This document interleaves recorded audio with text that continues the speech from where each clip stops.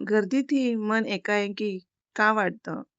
हजारो लोकांच्या गर्दीत उभे असतानाही कधी अचानक मनात रिकामेपणा जाणवला आहे का?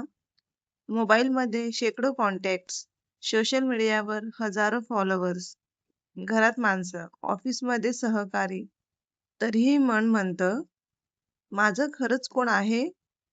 जर तुम्हालाही असं कधी वाटलं असेल, तर हा व्हिडिओ शेवटपर्यंत नक्की पहा. भाग 1. एकटेपणा म्हणजे काय? एकटे असणे आणि एकाकी असणे यात खूप फरक आहे. एकटे असणं ही परिस्थिती असते, पण एकाकीपणा ही भावना असते. एखादा माणूस जंगलात एकटाच राहून आनंदी असू शकतो आणि दुसरा हजारो लोकांमध्ये राहूनही आतून तुटलेला असू शकतो. खरा प्रश्न लोकांची संख्या नसतो, तर मनाशी जोडलेलं नातं असतं. भाग 2. गर्दीतही एकटेपणा का वाटतो? पहिलं कारण, कोणी आपल्याला खरं समजून घेत नाही. आपण हसतो, पण मनात दुःख असतं. लोक चेहरा पाहतात, भावना नाही.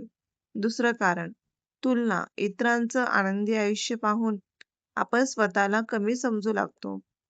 तिसरं कारण, दिखाव्याची नाती. अनेक नाती फक्त गरजेपुरती टिकतात. गरज संपली की माणसंही दूर जातात.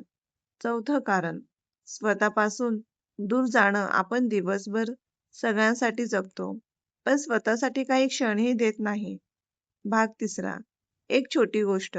एक वृद्ध व्यक्ती रोज एका बागेत बसायचा.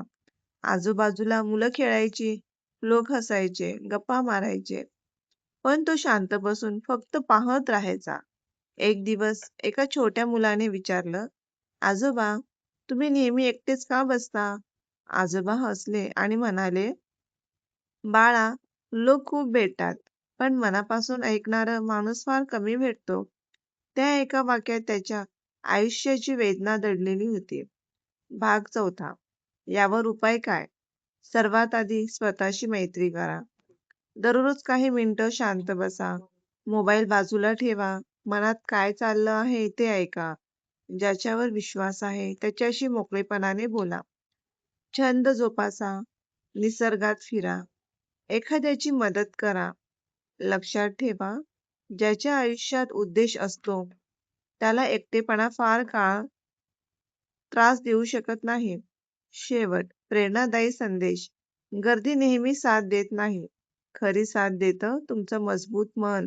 स्वतःवर प्रेम करा. स्वतःला वेळ द्या. कारण जो स्वतःसोबत आनंदाने जगायला शिकतो, तो कधीच खऱ्या अर्थाने एकटा राहत नाही. जर हा व्हिडिओ तुम्हाला आवडला असेल, तर लाईक करा, आपल्या मित्रांसोबत शेअर करा आणि अशाच प्रेरणादायी मराठी व्हिडिओसाठी चॅनेलला सबस्क्राईब करायला विसरू नका. धन्यवाद.